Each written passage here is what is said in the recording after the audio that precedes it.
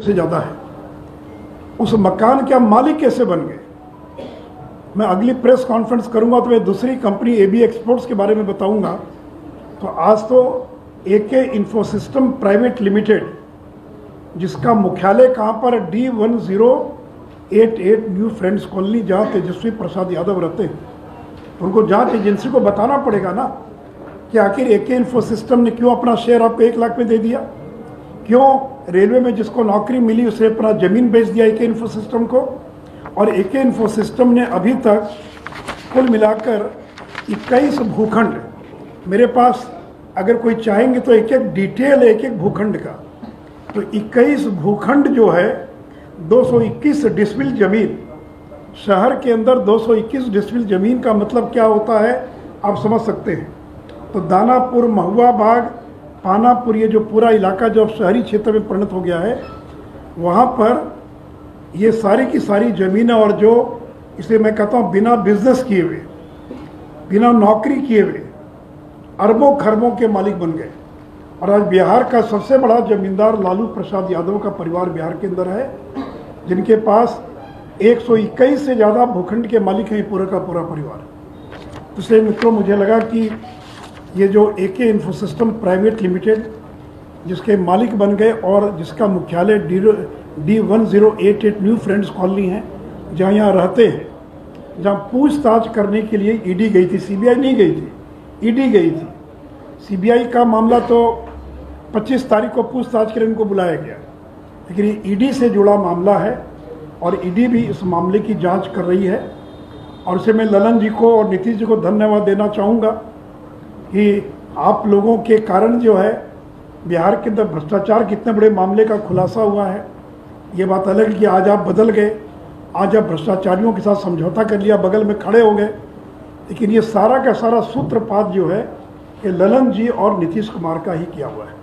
तो मित्रों, इस एक मामले के बारे में अगर कुछ पूछना हो तो आप पूछ सकते हैं। ललन सिंह और तेजस्वी यादव कई बार चैलेंज ठोक चुके हैं कि भाजपा जो भी आरोप लगा रही है हिम्मत है तो साबित करके बताएं। अभी मैं तो डॉक्यूमेंट दे रहा हूँ ना, मैं तो डॉक्यूमेंट दे रहा हूँ ना, इससे बड़ा और क्या होगा। वो डॉक्यूमेंट को खारिज कर दो। आज तक उन्होंने एक का भी बिंदुवार जवाब दिया गया, वो तो एक लाइन बोलते हैं फंसा दिया गया, बदले की भावना से कार्रवाई हो रही है।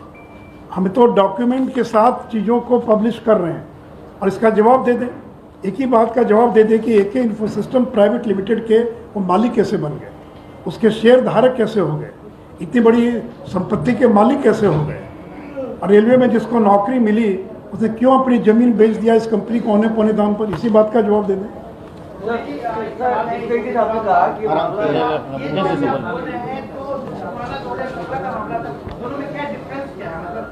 नहीं, अंतर ये है कि भाई हमने तो, भाई हम तो कोई जांच एजेंसी नहीं है ना, हमको तो जो कागज मिला, सूत्र मिले आपसे, उनसे हमने उसको एक्सपोज किया।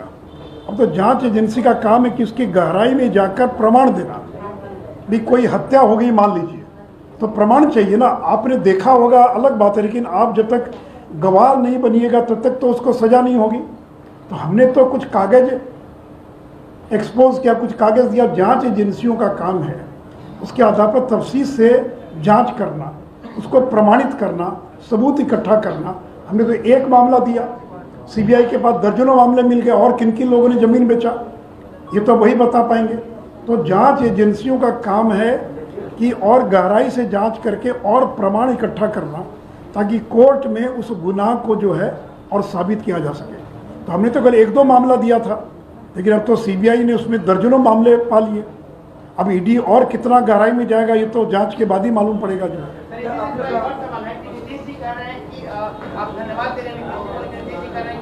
हमारे साथ आने के बाद ये कार्रवाई की जाए 5-6 साल। फिर वही बात, अभी तो मैंने क्या कहा, आपने गौर से सुना नहीं, मैंने क्या कहा, 9 अगस्त को आए नीतीश जी राजद के साथ। इसकी एफआईआर कब हुई है? मई 2022 में।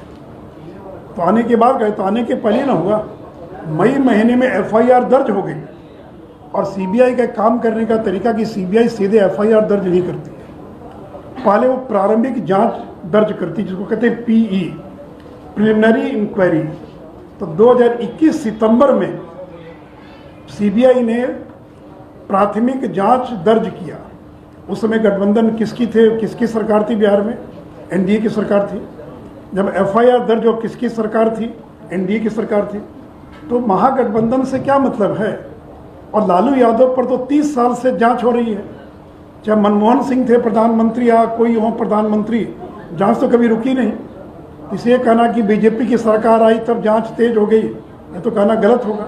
आप ही ने दिया, अब आप छोड़कर चले गए, आप पक्ष में खड़े हो गए, अलग बात है, लेकिन जांच एजेंसी तो अपना काम कर रही है ना।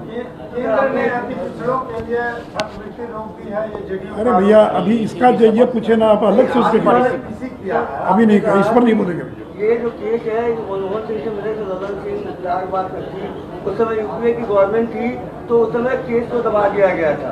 तो क्या आप ये कह रहे हैं कि जांच एजेंसियां जो है वो सरकार के दबाव में काम करती है, जिस तरीके से अभी कांग्रेस और राजद या जो भी विपक्षी पार्टी अपने दबाव? ऐसा है कि राजद की जब कांग्रेस की सरकार थी उस समय दबाव में काम करती थी, अब कोई दबाव में काम नहीं करती। कांग्रेस के राज में सीबीआई तो पिंजड़े में बंद थी, इसलिए कोर्ट ने कहा केस पर पिंजड़े में बंद तोता। अब नरेंद्र मोदी की सरकार ने उसको स्वतंत्र कर दिया। अभी वो कहने आज पे दबाव ही तो क्या, कोई दबाव नहीं है ना। उस समय क्यों नहीं जांच किया हम लोगों ने? और ये कोई जांच हो रही है, और क्यों, कहाँ मनमोहन सिंह रोक पाए लालू यादव को जेल जाने से? भी सजा हुई तो हमारी सरकार में सजा हुई लालू यादव को, उन्हीं की सरकार में ना सजा हुई है। तो जांच एजेंसियां अपना काम करती रहती है। ये कहना कि फंसा दिया, बदले की भावना से एक भी बात का जवाब दे दे, लेकिन कोई भी उनका प्रवक्ता या कोई भी उनका नेता कोई इसका जवाब नहीं देगा, कोई एक ही बात कहेगा, अगर फंसा दिया, बदले की भावना से कार्रवाई की जा रही है।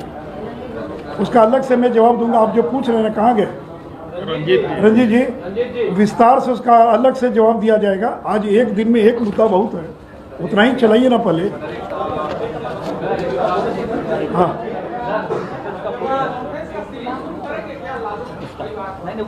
जी क्या कह रहे हैं?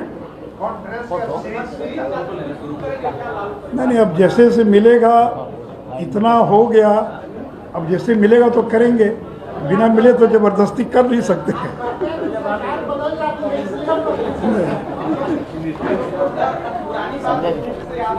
नहीं, हम लोग तो चाहते हैं कि यही सरकार रहे। हम लोग 25 का इंतजार करेंगे, हम लोगों को कोई जल्दबाजी नहीं है।